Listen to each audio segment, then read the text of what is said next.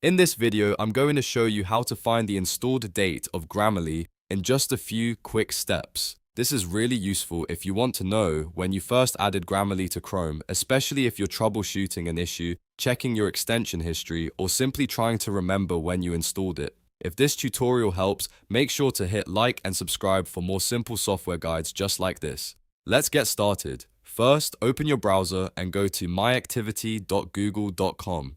This is Google's My Activity page, and it can help you review past actions tied to your account and browser activity. Once the page loads, look for the option that says Filter by Date and Product. Click that so you can narrow down the activity you're searching for. Now in the product list, select Chrome.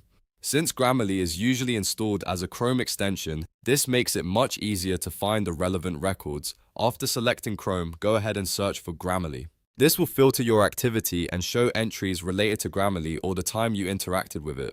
Now scroll through the results carefully and look for the oldest entry you can find. That earliest entry is usually the best clue for when you added Grammarly to your browser. In many cases, this will give you a strong estimate of the install date, especially if you installed it through Chrome and signed in with your Google account. If you don't see the exact install moment right away, keep scrolling through older activity until you reach the first appearance of Grammarly in your history. That is often the closest match to the date it was installed. Once you find it, you can note the date and use that as your installation reference. And that's it.